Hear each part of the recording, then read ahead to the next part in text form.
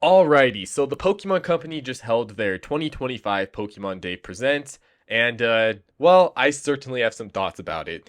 I could not care less about any of the mobile stuff or the concierge announcement. I also think that Pokemon Champions was an incredibly underwhelming announcement for the non ZA game reveal.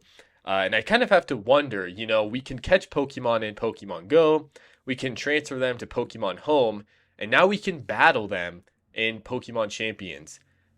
Essentially, the Pokemon Company is offering a decentralized Pokemon game on smartphones now.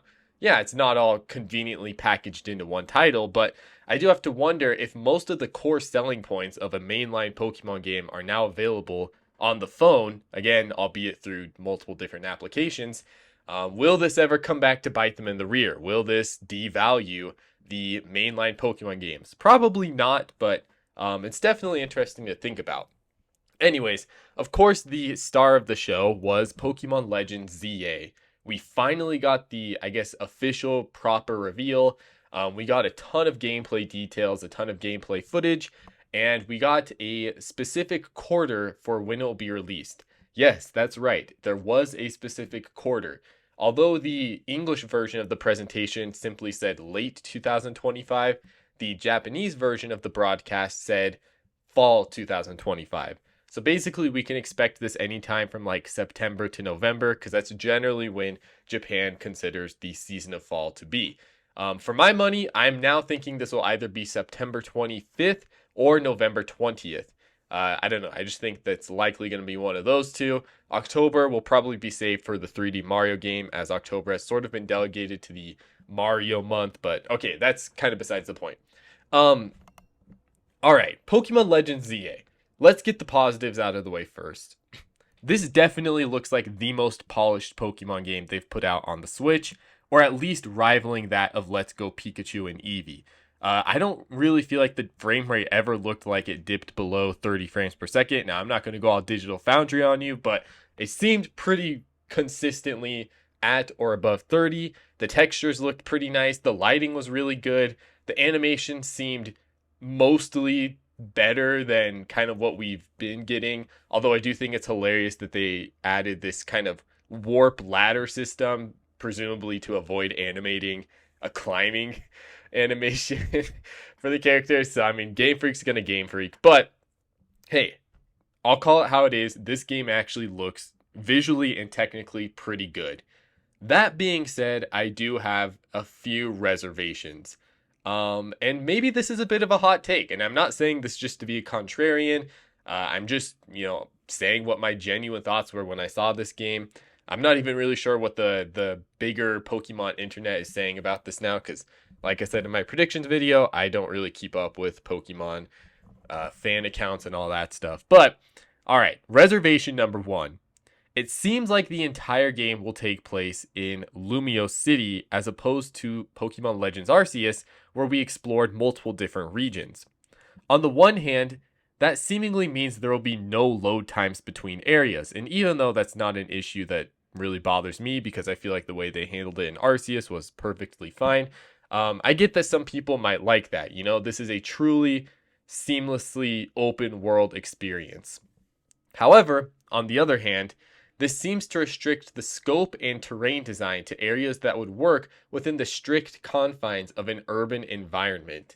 I mean, you're not going to be adding in massive mountains or Great Lakes or deserts or prairies or any of this stuff really within a city, right? Like, from what we saw in the footage, it seems like there might be loosely themed wild areas scattered throughout the Lumio city, but I just don't feel like this is going to ever equal anything as exciting or interesting as just having genuine, wild areas, not locked to a city, right? I think that the best I can hope for is that the gameplay progression of kind of hopping between these little wild areas will sort of be akin to like, going into these little themed parks scattered throughout the city. Maybe there's like a lake park, a water park, a flower park, just these small little areas that each kind of have their own shtick right? And it might be fun to just kind of bounce around each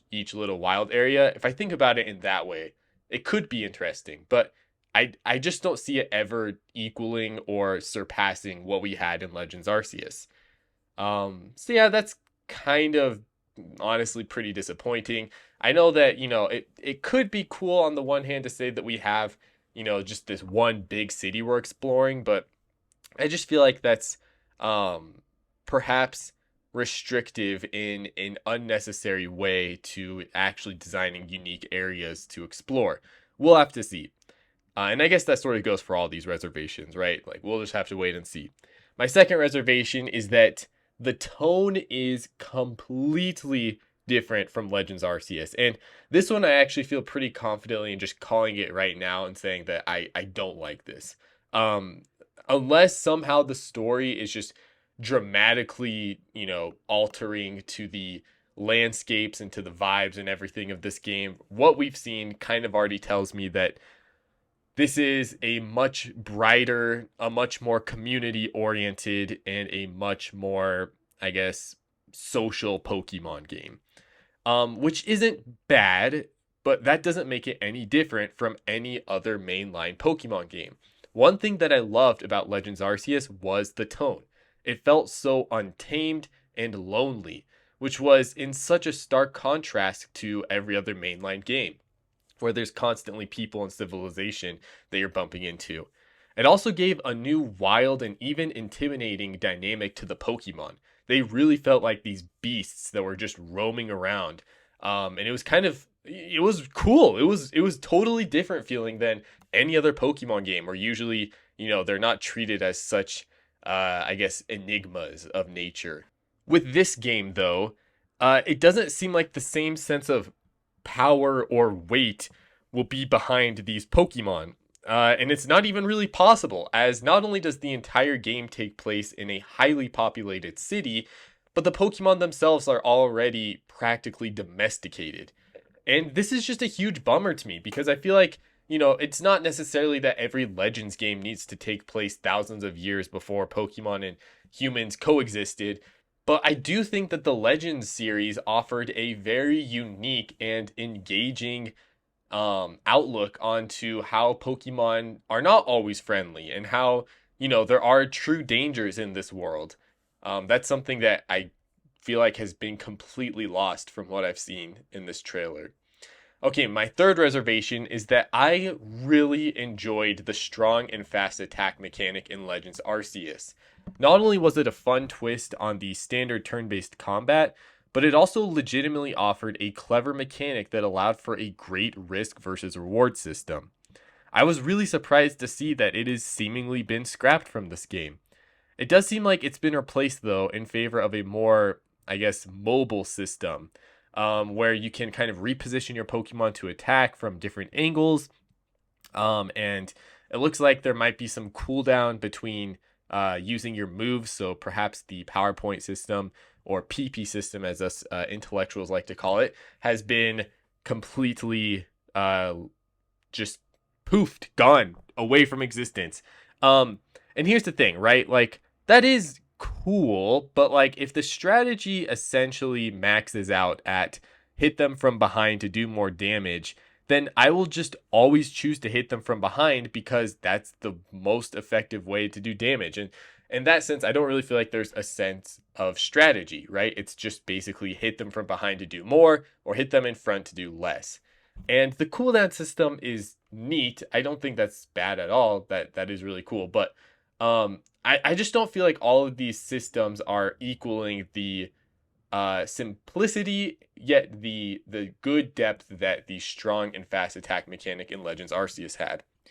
But yeah, anyways, I guess my conclusion to this rambling is that Pokemon Legends ZA seems like a very solid Pokemon game, but it doesn't necessarily look like a very solid Legends game. This isn't the slam dunk sequel to Pokemon Legends Arceus that I was kind of hoping for. It seems like maybe they're still kind of figuring out what exactly they want Legends to be, which is just kind of a bummer to me because I do feel like they did such a great job with Pokemon Legends Arceus. All I really wanted was for them to just expand off of the foundation, not necessarily go back and rework some of the very core pillars of what makes Pokemon Legends Pokemon Legends. But I don't know. Again, like I said, I could be off on all these. We obviously need to wait until we have the game to render true judgment. But I just wanted to get these thoughts out. I am still very excited for this game. I think it's going to be a really, really high quality experience. And yeah, it's an exciting year for Pokemon.